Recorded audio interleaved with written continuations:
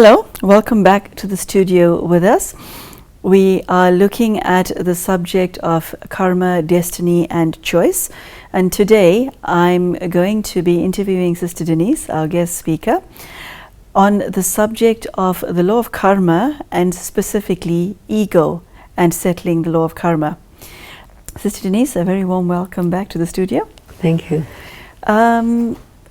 You spoke in previous episodes about the understanding of karma, choice, destiny, etc. And when you explain it, it seems fairly simple to understand. But what came to mind is that as human beings, we have blockages in our understanding. And hence today's topic, ego and the law of karma. I'd like to know, how does ego play, or shall I say do not play, into our understanding of the law of karma and our settling of it? There are many different interpretations of ego, and I would need to clarify ego as a kind of arrogance where you say, I am so and so, and therefore I can do such and such, which may be contrary to the laws of karma.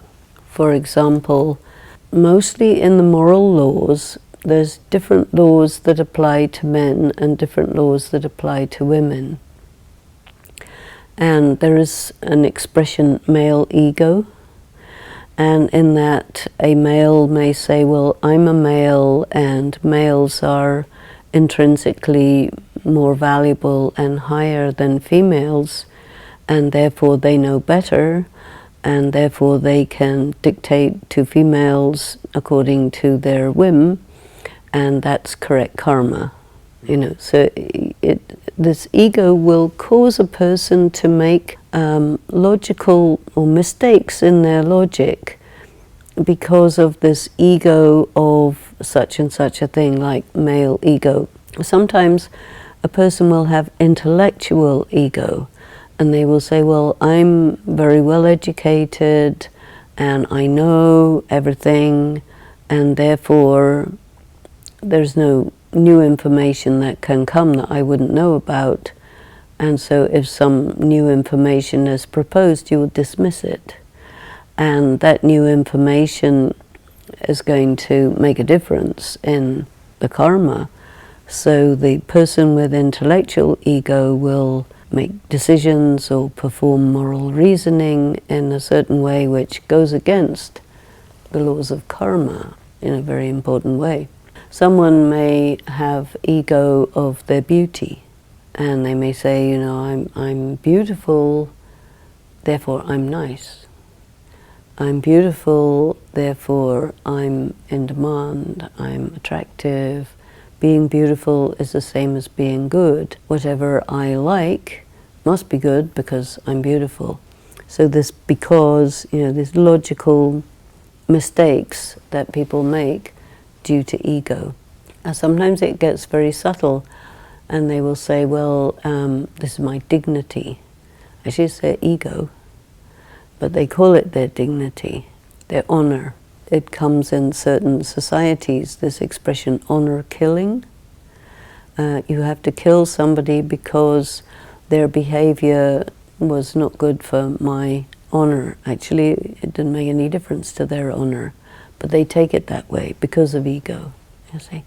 Sometimes it's not just ego by itself, but it's combined with tradition, and that makes it more difficult to point the finger at one person, because it's more like an institutionalized arrogance. In many of the cases, it will put a woman in an inferior position and a man in a superior position rather than in an equal position, and then the woman will be penalized, or sometimes the victim is penalized in a situation. Another aspect of ego to bear in mind is that if you're a person with a lot of ego, you can't see it. other people can see it. Ouch. Mm. If another person can handle your ego sufficiently to be able to reflect it back again, or is sharp enough when some circumstance comes along which really faces that person's ego, and they say, is this my ego? And the person can say, well, yes, it is. Because ego, a person with ego has very strong reactions. And people do get controlled by the violence that goes together with the ego. And so they would be relatively unwilling to say, well, you know, you're operating out of ego. Ego in spiritual practice is classified as quite a negative attribute. And so it means that the law of karma will function to somehow bring a person face to face with their ego problem, and that will really upset them, because a person who comes face to face with their ego is very painful, and then they have to come down from their ego with an act of contrition or an act of humiliation or loss of face, things like this. And that is actually a very good way to settle that karma, but it's a very painful way.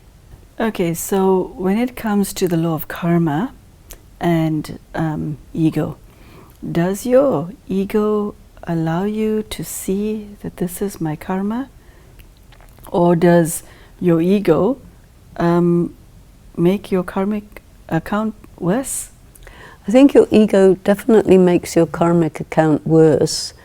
I think there are also some situations where a circumstance will arise that will really cause a person to have their ego challenged, and they will react strongly to this ego challenge, and either they will do something really negative and hurt the person who is instrument for challenging their ego. They may not even be doing it on purpose, they're just there as a challenge. And then they will really compromise their karma, because they do everything possible to damage the person who is simply reflecting back to them that they have an ego problem. So ego will make a person perform negative karma. Another area where ego comes up is the person will say, well, I know what is right and wrong. And their criteria may not actually be the criteria. It suits them. They say, yeah, you have to be like this and like this and like this, and this activity is okay.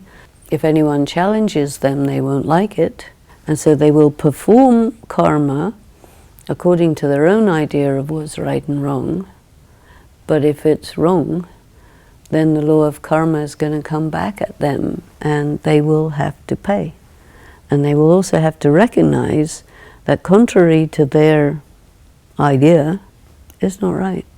Historically, it was thought that slavery is right, and then after a while it was thought, no, it's not right.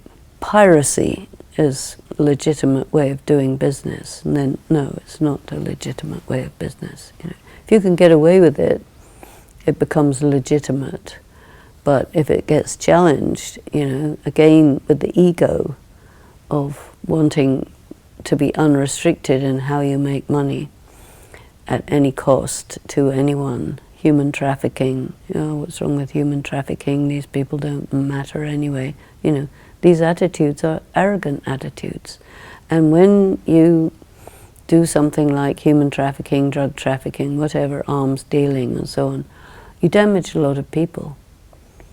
And when you damage a lot of people very severely, ruin their lives, you mount up very big debt, and it's going to come back and hit you in the face one fine day. There's no escape. You can get away with it for a while, maybe 1 or 2 lifetimes, but not indefinitely. In an earlier episode, you spoke of when faced with a karmic account, you have to look at yourself and ask yourself some meaningful questions about the account in order to, what you call, pay the minimum price. So you faced with a karmic account and you would like to do that, and then there's your ego that pulls you in the opposite direction. Walk us through the way to, I don't know, neutralize your ego, manage your ego, and manage the karmic account. Because it's not, from what I gather from what you just said, it's not just your karmic account that's the problem, but the reaction that it causes within you, that's also the problem. Exactly, exactly. And that's going to amplify the karmic account a lot. The first question to ask yourself is, do you want to be free from ego? Oof, that's a difficult question. But it's the first question. And if somebody says, okay, I wish to be free from ego because I'm on a spiritual path. In spirituality, we want to become free from ego. So if someone says, okay, well, I have some good ways to take down your ego, okay, so let's see what your good ways are. And they usually involve humiliations. Ego is best taken down through humiliation.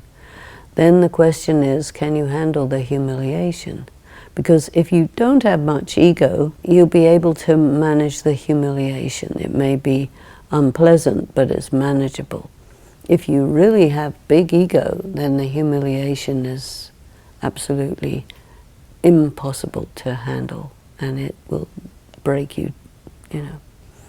You'll be undone by it. But then it goes to show that, okay, well, that means you've got a big ego, so don't claim that you don't have one. QED, you know, you got one. And who's going to take you seriously because you're just all hot air, you know?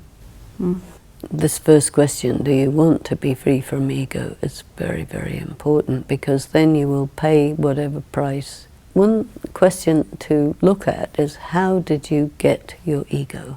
Very important question, because ego can also be seen, and I tend to look at it as a mask that you construct to protect yourself subsequent to some trauma.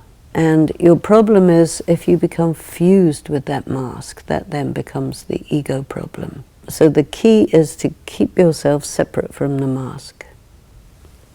When you're fused with the mask, you become that person, which is not really you. So it's a false ego, and it's a bit brittle. And any time some person or circumstance will try to take it down, in that situation, the ego tries to protect itself always. And again, the aggression comes. So ego and aggression go together. So aggression means also negative karma, right? Sure. Well, that's a lot. So what you are saying is, somebody who is spiritual will want to minimize their ego and settle their karmic accounts with dignity. Yeah. A lot of us go through life hoping nothing bad will happen to me. Is this ego? Or is it positive thinking? Is it ego? No, I think it's fear. In the face of fear, either you take a step of courage or you do an act of cowardice. So the step of courage is the good one. And how would you define courage in this context? You think nothing bad should happen to me, but then you also have to think, if it does, I'll deal with it. Okay, so it's kind of like trusting yourself. Yeah. Because if you say, oh, I don't want anything bad to happen to me, why? Because if it does, I can't deal with it. You can, or you figure it out. They say necessity is the mother of invention. So if you are, saying, okay, I'll deal with it, then that's much more like courageous. You're there for yourself. Get on with it. If you not, that's weak, And you can't have self-respect if you're that weak. Obviously, things are going to go bad sometimes and good sometimes. This is normal. You can't say, oh, maybe something bad might happen to me. Okay, so the worst thing can happen to you, what is it? You'll die, you'll lose face. What is the worst thing that can happen to you? Think about it, and then go to that place and see whether you can survive it or not. You know, if you say, the worst thing that can happen to me is I get rejected. So go and see if somebody will reject you, and if they do reject you, maybe it's painful, but you still survive. Or the worst thing that happens to me is I die, you know. Okay, you can't die, you're a soul, you're immortal, so it's very difficult. You may lose your body, no doubt. You will not stop existing. So, I mean, people need to understand these things, to alleviate these fears. Okay, the worst thing that happens to me is I'm all alone. If you do good karma, there's going to be people. I had a situation the other day, a couple of days ago. I said, oh, I would like such and such a thing. 3 people immediately came and gave me that thing. 3, instantly. And why? Because they feel well disposed. I think a person who's interested in karma will be trying to clock up good karma and trying to do always something that makes sense karmically. And then you will do all sorts of good things, and then there'll be all sorts of good consequences, and then you have to enjoy those. If you do lots of bad karma, you'll be in trouble because no credit. It's to be looked at like economics. Economics, very few of us do that. To many people, settling a karmic debt involves pain. And you have settling whatever account you have through a relationship, through physical suffering, body, mental condition, finances, various ways. You have pain of some sort, and then your ego. Now, when those 3 mix, at that moment, your life is a disaster. How are you able to bring spiritual wisdom and apply it in such a situation? And from a human perspective, when sorrow strikes, it's a very natural human reaction to experience the pain and suffering. Well, the worst part of the thing, the matrix, you can say, is the ego part. Because if you don't have ego, well, you will have endurance, you will have resilience, you will have humility, you will have patience. And so you will not really think that that disaster is as bad as when you're coming from a place of ego. It's really the end of the world. When negativity strikes, either through the hand of another human being or through matter or through some force, it's quite common and quite natural to feel like a victim of circumstances. Is that also ego? You know, there's 2 sides of ego. One is the superiority and one is the inferiority. And I think this victim consciousness is the inferiority coming in. And ego, you flip-flop between superiority and inferiority. So if you think, okay, I'm a victim, I'm being victimized, you're going to be putting out negative thought. You're not going to be sort of consolidating your energy and seeing, okay, what am I going to do with this, and consolidate my energy and see what next, you know. There's always ways out of things. And it's very important to again and again bring yourself into your power. I like this expression that you just used, there's always a way out of things. There are some listening to you right now who are facing, in their own belief, problems that are insurmountable. What would you say to them? There are insurmountable problems, but it is what it is.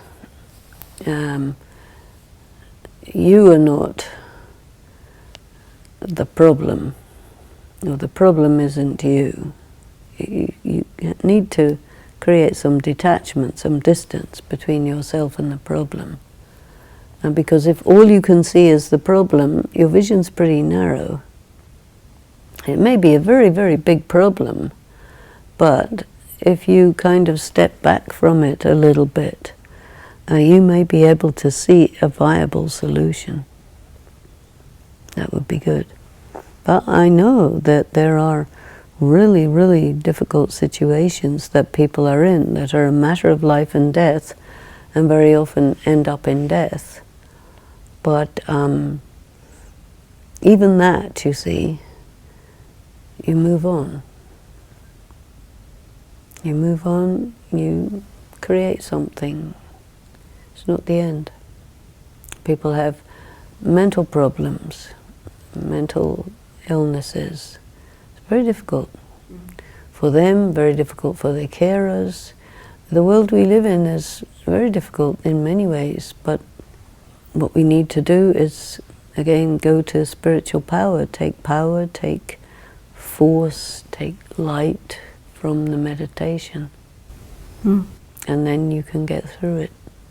When a person is in a situation where they are facing a karmic account, and there's an awareness that there's this account as well as your ego, how do you manage your feelings in a situation like that? Because your feelings are all over the place. Definitely. I think one attribute of ego that people need to know is that it's very difficult for a person with ego to manage their feelings. As you said, they're all over the place. And they will expect others to manage their feelings, but they will not expect to have to manage their own feelings, which is a bit inequitable, but that's part of ego, is it's not equitable. You have to be able to develop resilience, and you have to come down from your arrogant position and realize that you're just like everybody else. And the circumstances which challenge your ego so much are the message that says, you know, you're not that much greater than everybody else. You want to become great? Take these tests. Take the tests, and if you can pass through all those tests, you will develop the wisdom, the humility, and the greatness that the ego was pretending. Because the ego is not real, it's called false ego. Yeah. Going back to what you said earlier, I still think that it takes a lot of courage to be able to look at all of these dynamics playing out in your own life and wondering which way to go.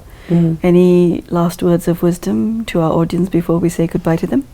Well, I think that we just have to deal with the fact that we are passing through very difficult, challenging times. Climate change, economic uncertainty, huge refugees crisis from wars as well as climate change, crime levels, addiction levels, breakdown of relationships, tremendous political uncertainty and instability. It's very, very trying times. So I suppose in that we need to simplify, and we need to spend time in meditation, taking power to be able to get through it and stay in one piece. Because there's no getting away from it. These are very difficult times. Okay, on that note, we'll say goodbye to you. Thank you, audience, for joining us for this half an hour. And there you go, the subject of ego and the law of karma. So a very interesting subject indeed. And I would ask you to ask your own heart as to what the condition of your own ego is, and something that Sister Denise took up in today's topic in a very meaningful way. When you're facing a karmic account, does your ego make the problem worse? And I think no human being in their right mind would want to be in that position. So thank you so much, Sister Denise, and thank you for joining us. And I hope today's topic has been of some relevance in your personal life. Take care and goodbye.